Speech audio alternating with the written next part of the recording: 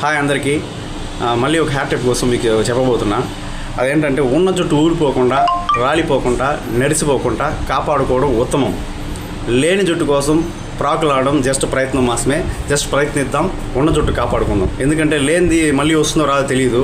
కానీ జుట్టు కోసం ఎన్ని చేసినా కూడా మనం ఉన్నదాన్ని మాత్రం కాపాడుకునేది బెస్ట్ అనమాట.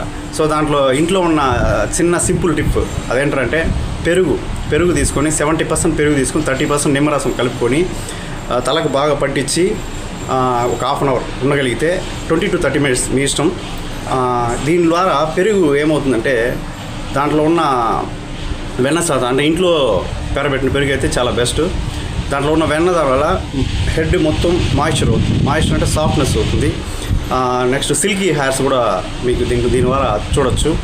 నిమ్మరసం ద్వారా డాండ్రఫ్ కంట్రోల్ అవుతుంది. సో ఈ రెండు కాంబినేషన్ సూపర్గా పనిచేస్తుంది.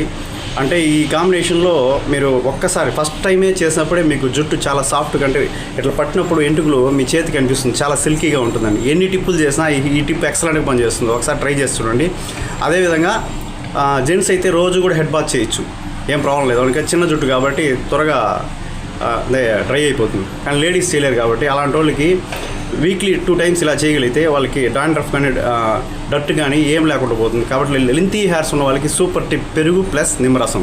సో ఒకటి ట్రై చేసి చూడండి. ఎందుకంటే ఈ టిప్ వచ్చి మన ఇంట్లో ఉన్న వస్తువులే కాబట్టి ఈరోజే చేసి చూడండి.